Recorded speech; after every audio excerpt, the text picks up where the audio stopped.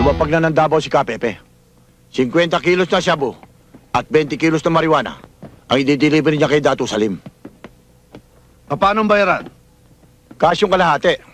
Yung kalahati, manager's check ang hiningi ko. Good. Nico. Boss. Anytime next week. Tapos na ang glitch yung pinagawa ko sa Hong Kong. Si Acosta nakipag-deal kay Mr. Lee Fong. Inareglo ko na si Fiscal Verano.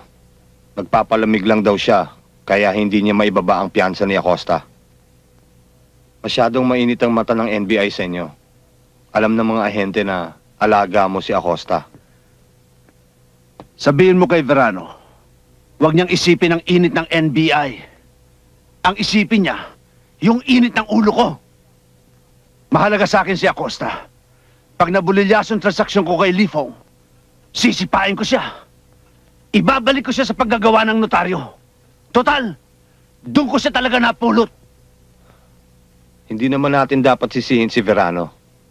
Kung hindi nakialam yung si Segovia, wala na sana tayong problema kay Acosta ngayon.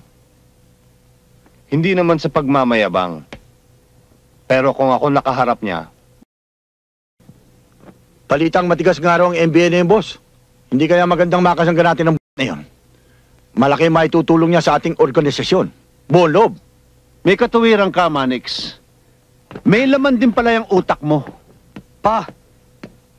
Anak, ayusin mo ngayon sinasabi nilang si Segovia. Rodel Segovia? Yung MBI na humuli kay Acosta? Siya nga, gusto ko siyang maging atin. Pakikiusapan ko siya, Papa.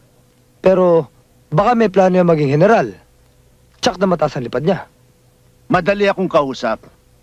Pag hindi mo siya naabot, balian mo ng pakpak.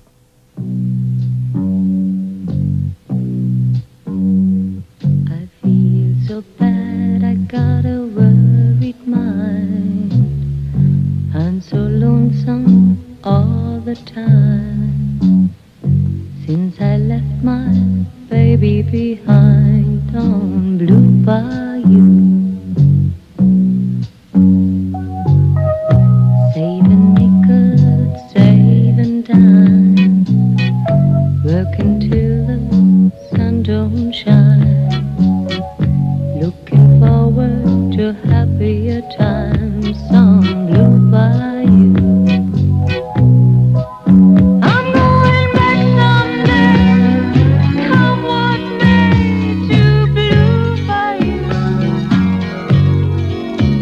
where the folks are fine and the world is mine on Blue Bayou. Jimmy, bossing, bigyan mo nga ako ng isang shot. Yes, sir.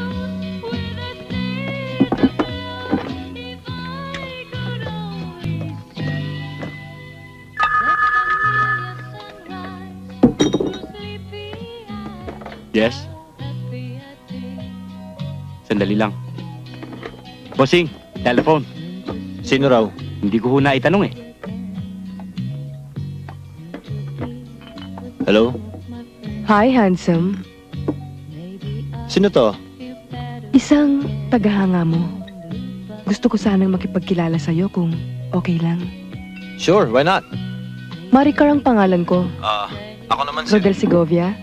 Kung hindi ka nagmamadali gusto sana kitang samahang uminom Baka malayo pang panggagalingan mo. Next time na lang, Maricar. Huwag mong intindihin ang panggagalingan ko. Dahil bago maubos yung shot mo, nasa tabi mo na ako.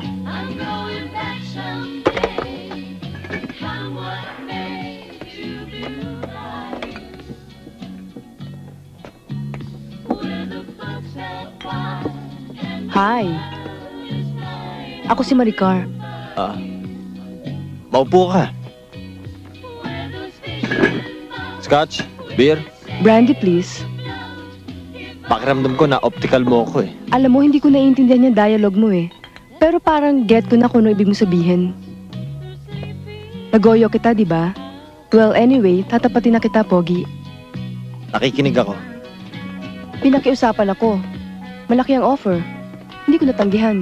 Ang ibig ko sabihin kahit pilahan man ako ng 10 lalaki sa loob ng isang gabi, Hindi ko kayang kitain ang binigay nila sa akin. Tuloy mo. Sandali.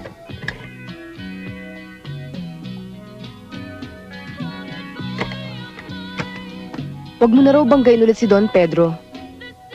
Don Pedro Regalado? Siya mismo. Dahil masama raw mapikunan doon. Ngayon, kung matigas ang nguso mo, isasama ka raw niya sa talaan ng biktima ng pinatubo. Pero kung magiging malambot naman ang nguso mo, linggo-linggo'y tatanggap ka sa kanya ng payola. Sino ba yung taong kumausap sa'yo? Malay ko, interesado ako dun sa perang ibabayad sa akin, hindi dun sa taong magbabayad sa akin. Paano makakarating ang sagot ko sa kanila?